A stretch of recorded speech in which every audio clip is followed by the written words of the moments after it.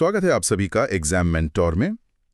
झारखंड का नाम सुनते ही जहन में अक्सर खनिज, जंगल और झरने आते हैं। लेकिन आज हम जमीन के नीचे दबे खनिजों की नहीं, बल्कि जमीन के ऊपर सदियों से गूंज रही एक अनसुनी कहानी की पड़ताल करेंगे। ये कहानी है आस्था की, आध्यात्म की और उन दो महान धर्मों की जिन्होंने इस भूमि के पहाड़ों और जंगलों में अपनी गहरी जड़ें जमाईं, जैन और बौद्ध धर्म। बिल्कुल। हमारे पास जो स्रोत हैं वो एक ऐसे झारखंड की तस्वीर पेश करते हैं जो सिर्फ एक औद्योगिक केंद्र नहीं, बल्कि एक कह सकते एक महत्वपूर्ण आध्यात्मिक चौराहा था। आज हम इन्हीं सबूतों और कहानियों के धागों को जोड़कर देखेंगे कि कैसे इस भूमि ने सदियों तक विभिन्न विचारों को न सिर्फ पनाह दी, बल्कि उन्हें फलने फूलने का मौका भी दिया। तो चलिए इस सफर की शुरुआत करते हैं जैन धर्म के सबसे पवित्र तीर्थ स्थलों में से एक पारसनाथ पहाड़ी से। हमारे स्रोतों में इसका जिक्र बार बार आता है और सबसे पहली चीज जो ध्यान खींचती है वो हैं इसके अलग अलग नाम। सम्मेद शिखर, शिखर जी, गिरिराज। ऐसा लगता है कि हर नाम इसकी महानता की एक अलग परत खोलता है। ये बहुत अच्छा अवलोकन है। ये नाम सिर्फ पर्यायवाची नहीं है, बल्कि वे जैन परंपरा में इस स्थल के अलग अलग पहलुओं को दर्शाते हैं। जैसे सम्मेद शिखर मतलब एकाग्रता का शिखर, और गिरिराज मतलब पहाड़ों का राजा। बिल्कुल। ये पहाड़ी गिरिडीह जिले में हजारीबाग पठार पर है, लगभग 1365 मीटर की ऊंचाई पर। और इसकी जो सबसे ऊंची चोटी है उसे सम्मेद शिखर कहते हैं ना? जी, उसी को सम्मेद शिखर या स्वर्णभद्र कूट भी कहते हैं। और ये खासकर श्वेतांबर जैनियों के लिए आस्था का एक बहुत बड़ा केंद्र है। यहाँ जैन धर्म की जड़ें बहुत गहरी हैं। स्रोतों में भगवान महावीर की यात्रा से जुड़ा एक बहुत ही काव्यात्मक संदर्भ मिलता है, लोरे यदगा। ये नाम अपने आप में कहानी कहता है। हाँ, और ये एक महत्वपूर्ण भाषाई कड़ी भी है। जैन ग्रंथों में महावीर की इस यात्रा का उल्लेख है और लोरे यदगा का अर्थ स्थानीय मुंडारी भाषा में आंसुओं की नदी होता है। आंसुओं की नदी, ये नाम सोचने पर मजबूर करता है। क्या हमारे स्रोतों में कोई संकेत है कि ये यात्रा इतनी कठिन या भावनात्मक क्यों थी? क्या ये उनकी अपनी आध्यात्मिक यात्रा की पीड़ा को दर्शाता है या फिर स्थानीय लोगों के साथ किसी संघर्ष को? देखिए, स्रोत इस पर बहुत विस्तार से तो नहीं बताते, लेकिन ये नाम हमें एक दिशा जरूर देता है। हो सकता है ये उस दौर में एक नए विचार को स्थापित करने की कठिनाइयों का प्रतीक हो, या ये भी हो सकता है कि ये उस गहरी करुणा का प्रतीक हो जो महावीर ने यहाँ के लोगों के प्रति महसूस की होगी। ये वाकई दिलचस्प है। और सबसे बड़ी बात यह है कि ये नाम जैन ग्रंथ में नहीं, बल्कि स्थानीय आदिवासी भाषा में जीवित रहा। ये दिखाता है कि जैन धर्म ने स्थानीय संस्कृति के साथ कितना गहरा संवाद किया होगा। बिल्कुल। और पारसनाथ की महानता का एक और पहलू है जिसे निर्वाण भूमि कहा जाता है। ये कोई छोटा दावा नहीं है। बिल्कुल नहीं। और इसके पीछे का कारण तो असाधारण है। जैन धर्म में कुल 24 तीर्थंकर हुए और उनमें से 20 ने इसी एक पहाड़ी पर मोक्ष यानी निर्वाण प्राप्त किया। 20? 24 में से 20? जी, ये सिर्फ एक आंकड़ा नहीं है, ये इस जगह की असाधारण आध्यात्मिक ऊर्जा को दिखाता है। सदियों तक जैन संतों के लिए ये एक चुंबकीय केंद्र बना रहा। इसका मतलब है कि दूसरे तीर्थंकर अजितनाथ से लेकर 20वें मुनि सुव्रतनाथ तक सभी ने यहीं अपनी अंतिम यात्रा पूरी की। तो क्या इसकी कोई खास वजह थी? मतलब इसकी भौगोलिक स्थिति या शांति? कारण जो भी हो, इसने पारसनाथ को जैन ब्रह्मांड के केंद्र में स्थापित कर दिया। बाकी 4 तीर्थंकरों ने अलग अलग जगहों पर निर्वाण प्राप्त किया। हाँ, जैसे ऋषभनाथ ने कैलाश पर और महावीर स्वामी ने पावापुरी में। सही। वासुपूज्य ने चंपा और नेमिनाथ ने गिरनार में। और पहाड़ी का नाम 23वें तीर्थंकर पार्श्वनाथ के नाम पर पड़ा। स्रोतों के अनुसार उन्हें 717 ईसा पूर्व में 100 वर्ष की आयु में यही निर्वाण मिला था। जी, और उन्हें कैवल्य यानी परम ज्ञान की प्राप्ति भी यहीं देवदारू वृक्ष के नीचे हुई थी। उनकी विरासत आज भी जीवित है। अच्छा। हाँ, जैन ग्रंथ ज्ञान धर्म कथा बताता है कि उनके निर्वाण दिवस श्रावण शुक्ल सप्तमी पर आज भी पहाड़ी की तलहटी में बसे मधुबन में एक विशाल मेले का आयोजन होता है। मतलब ये परंपरा हजारों साल से चली आ रही है। बिल्कुल। तो पारसनाथ तो जैन धर्म का पैर खा ही, लेकिन क्या ये प्रभाव सिर्फ इसी पहाड़ी तक सीमित था? हमारे स्रोतों में मानभूम का जिक्र एक और बड़े केंद्र के रूप में आता है। हाँ, मानभूम यानी आज का धनबाद और आसपास का क्षेत्र, वो तो जैन सभ्यता का एक कह सकते हैं धड़कता हुआ केंद्र था। इसकी महत्ता इतनी थी कि स्रोत इसे जैन धर्म का मक्का तक कहते हैं। जैन धर्म का मक्का? जी। पवनपुर, पालमा, कतरासगढ़, पागबिडरा जैसे स्थान जैन गतिविधियों से गुलजार थे और इसकी पुष्टि 1925 की ब्रिटिश सेटलमेंट रिपोर्ट भी करती है। और यहाँ से मिले पुरातात्विक साक्ष्य भी इस कहानी को मजबूत करते हैं। कर्नल डॉल्टन का जिक्र है, जिन्होंने कसाई नदी के किनारे मिली वस्त्रहीन मूर्तियों को दिगंबर जैन संप्रदाय से जोड़ा था। बिल्कुल। दामोदर और कसाई, इन दो नदियों की घाटियों में जैन धर्म के अवशेष बिखरे पड़े हैं।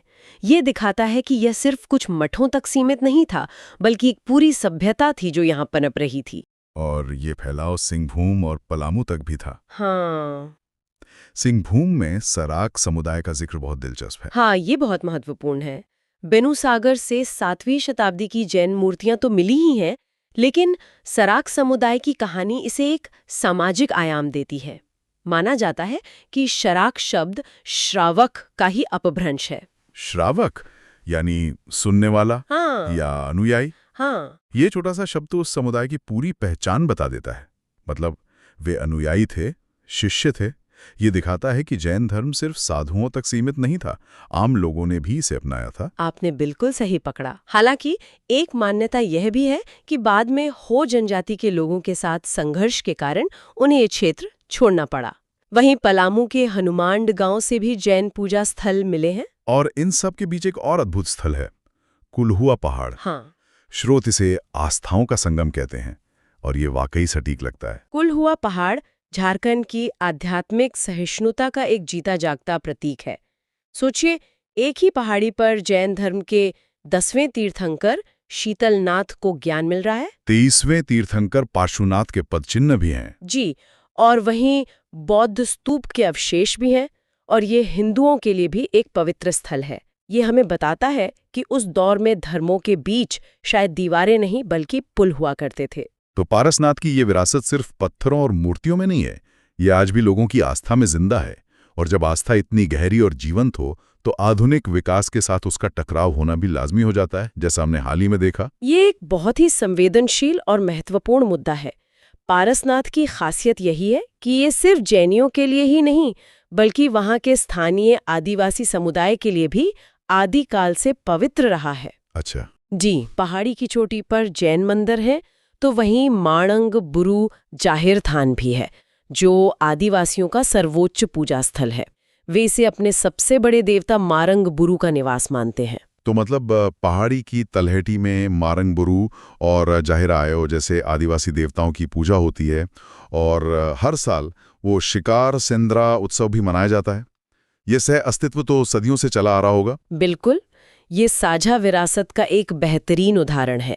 लेकिन विवाद तब शुरू हुआ जब 17 मार्च 2022 को राज्य सरकार ने इस क्षेत्र को इको टूरिज्म स्थल के रूप में विकसित करने की अधिसूचना जारी की। और जैन समुदाय ने इसका विरोध किया। उनकी मुख्य चिंता स्थल की पवित्रता को लेकर थी। उन्हें डर था कि पर्यटन के नाम पर यहाँ मांस मदिरा जैसी वर्जित चीजों का प्रवेश हो जाएगा। सही कहा। ये विवाद आस्था बनाम विकास का एक क्लासिक मामला बन गया। विरोध के बाद केंद्र सरकार को हस्तक्षेप करना पड़ा और अधिसूचना पर रोक लगा दी गई।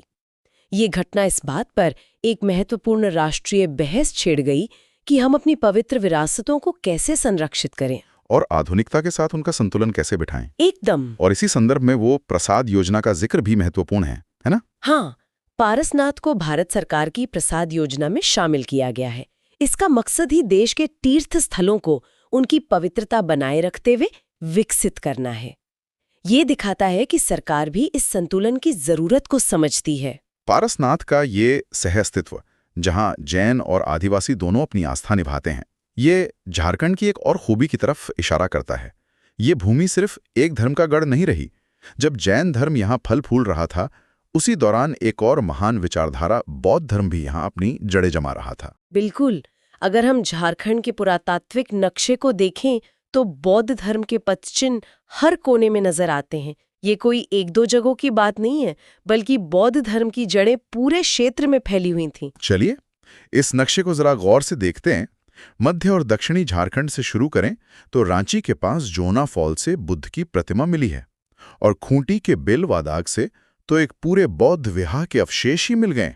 और अगर हम पूर्व की ओर बढ़ें तो धनबाद, जो जैन धर्म का केंद्र था, वहां भी दियापुर, दालमी जैसे स्थानों पर बौद्ध स्मारक मिलते हैं। यहाँ तक कि सुदूर दक्षिण में सिमडेगा के कटुंगा गांव से भी बुद्ध की मूर्ति का मिलना ये साबित करता है कि इसका प्रभाव कितना व्यापक था। पूर्वी झारखंड में तो और भी दिलचस्प खोज हुई हैं। सरायकेला खरसावां के ईचागढ़ से मिली बौद्ध देवी तारा की मूर्ति का जिक्र आता है, जिसे अब रांची संग्रहालय में रखा गया है। वो मूर्ति बहुत ही कलात्मक और महत्वपूर्ण है। इसके अलावा प्रसिद्ध पुरातत्वविद अलेक्जेंडर कनिंघम ने साहिबगंज के कंजोल में बौद्ध मूर्तियों की एक पूरी श्रृंखला की पहचान की थी। उनकी खोजों ने झारखंड को बौद्ध मानचित्र पर मजबूती से स्थापित कर दिया। लेकिन जो सबसे हैरान करने वाले साक्ष्य हैं, वे शायद हजारीबाग, चतरा और पलामू से मिले हैं। हजारीबाग के सीतागढ़ पहाड़ से एक पूरा बौद्ध विहार और बुद्ध की 4 आकृतियों वाला स्तूप मिला है। और बहरनपुर से मिली 1200 साल पुरानी पालकालीन मूर्तियां भी बहुत महत्वपूर्ण है। लेकिन पलामू के मूर्तिया गांव से मिला साक्ष्य शायद सबसे ज्यादा चौंकाने वाला है। यहाँ से एक सिंह शीर्ष मिला है। सिंह शीर्ष? जी, जो हूबहू विश्व प्रसिद्ध सांची स्तूप के प्रवेश द्वार पर बने सिंह शीर्ष से मेल खाता है। सांची स्तूप जैसा सिंह शीर्ष झारखंड में, ये तो अद्भुत है। ये इस क्षेत्र के महत्व को एक नए स्तर पर ले जाता है। इतना कि विद्वान अमरनाथ दास ने इसी साक्ष्य के आधार पर ये सिद्धांत भी प्रतिपादित किया कि शायद यही स्थान बुद्ध का वास्तविक जन्म स्थान रहा हो। अच्छा। हाँ, हालांकि यह एक अकादमिक बहस का विषय है, लेकिन ये इस बात को जरूर रेखांकित करता है कि झारखंड बौद्ध धर्म के इतिहास में कोई मामूली अध्याय नहीं था। तो इन तमाम सबूतों को जोड़कर देखें तो एक सवाल उठता है, झारखंड में बौद्ध धर्म का इतना विकास कैसे हुआ और फिर इसका पतन क्यों हो गया? ये इतनी मजबूत उपस्थिति के बाद गायब सा क्यों हो गया? इसके पीछे राजनीतिक संरक्षण और उसके अभाव की एक स्पष्ट कहानी दिखती है। बौद्ध धर्म का उत्थान मुख्य रूप से पाल वंश के शासकों के संरक्षण में हुआ। पाल शासक बौद्ध धर्म के कट्टर अनुयायी थे और उनके शासनकाल में ये धर्म बंगाल से लेकर झारखंड तक खूब फला फूला। एक मिनट, तो यहाँ एक दिलचस्प विरोधाभास है। एक तरफ पाल शासक बौद्ध धर्म को संरक्षण दे रहे थे और दूसरी तरफ गौड़ शासक शशांक जैसे शासक, जिन्हें स्रोतों में बौद्ध विरोधी बताया गया है, उसे नष्ट कर रहे थे। मतलब झारखंड उस दौर में एक तरह का वैचारिक युद्ध क्षेत्र बन गया था। आपने बहुत सही निष्कर्ष निकाला। ये एक वैचारिक और राजनीतिक संघर्ष का मैदान था। शशांक पर झारखंड के कई बौद्ध केंद्रों को नष्ट करने का आरोप है, और जो कुछ बचा उसे बाद में बख्तियार खिलजी के बंगाल आक्रमण ने रौंद दिया। खिलजी की सेना के रास्ते में पड़ने वाले कई मठ और विहार नष्ट कर दिए गए।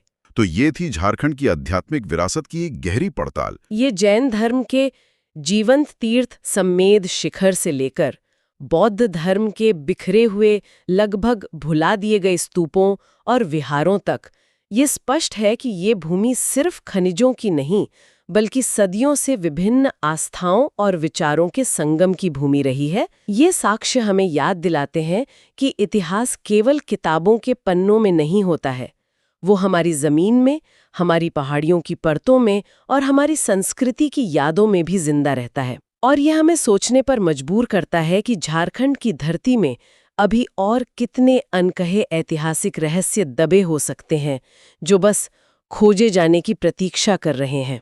जेपीएससी और जेएसएससी सहित अन्य प्रतियोगी परीक्षाओं की तैयारी कर रहे अभ्यर्थी ज्वाइन करें हमारे Telegram group quiz time Jharkhand और जेपीएससी मेंटोर।